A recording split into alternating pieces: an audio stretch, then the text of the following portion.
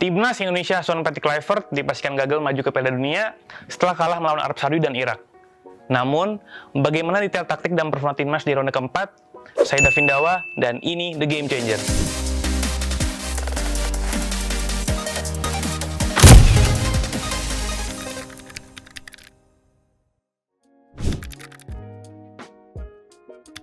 Di pertandingan awal Patrick Kluivert menang Indonesia, ia banyak menggunakan struktur 3 atau 5 back.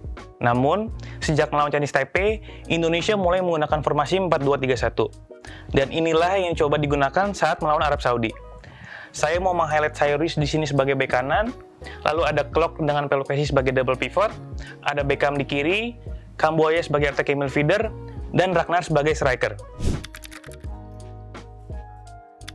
Seperti di pre-match analis yang kita lakukan, Arab Saudi sering berada di antara high press atau mid block. Biasanya, mereka baru akan lebih agresif saat bola berada di flank.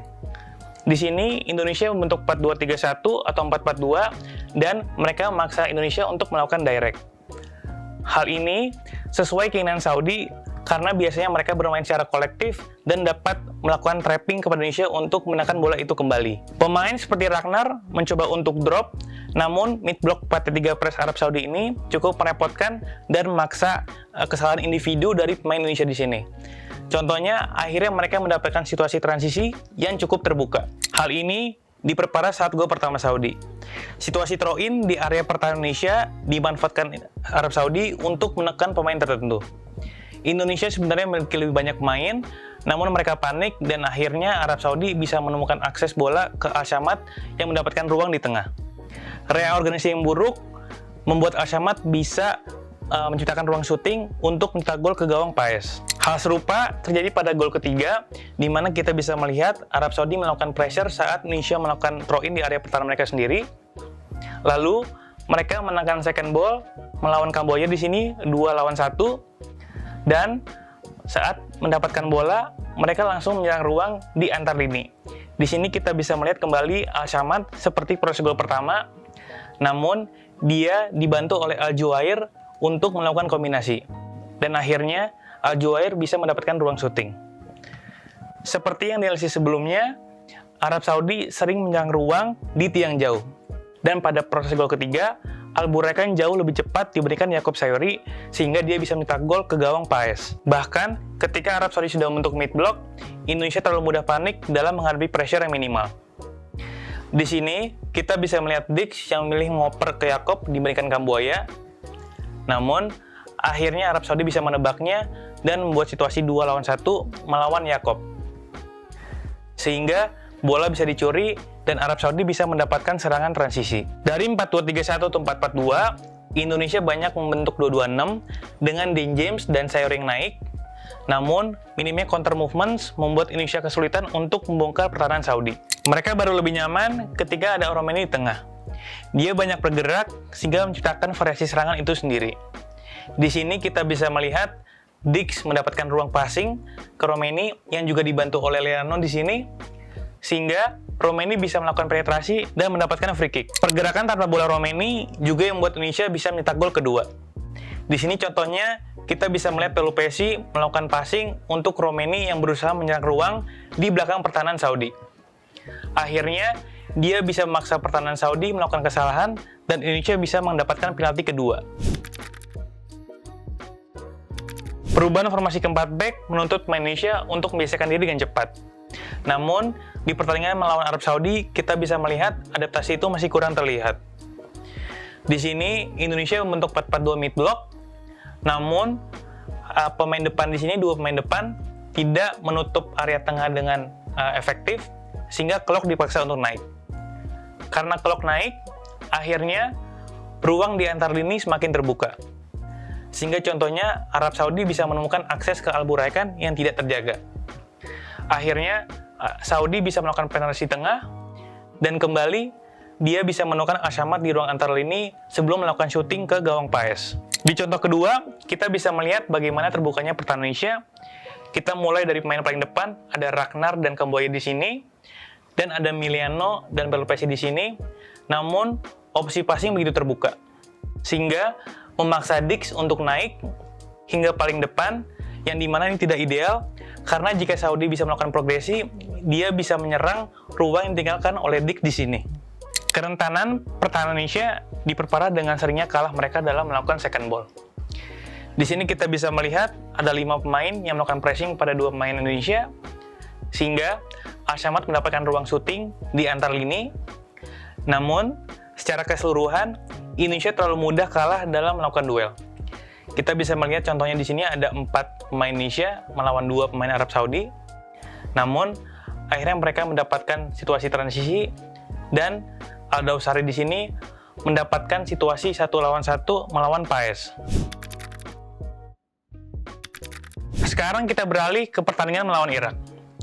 Patrick Kluivert tetap menggunakan formasi yang sama, yaitu 4-2-3-1, namun menggunakan pemain yang berbeda. Saya mau meng-highlight Ridho di sini sebagai right center back, lalu ada Dix yang akhirnya sebagai right back, ada Verdong dan Pelupesi sebagai double pivot, Kamboya sebagai left winger, Haye sebagai attacking midfielder, dan ada Mauro sebagai striker. Melawan Irak, Indonesia membentuk build up yang jauh lebih fleksibel. Dari 4-2-3-1, mereka bisa membentuk 4-3-3. Contohnya di sini, Haye yang darinya attacking midfielder bergerak ke kanan sebagai right central midfielder. Lalu Pelupesi juga naik sebagai left central midfielder, dan ada Verdong di sini sebagai nomor 6, dan Kamboya sebagai left winger, dia masuk untuk membuka ruang untuk James di kiri melakukan overlap.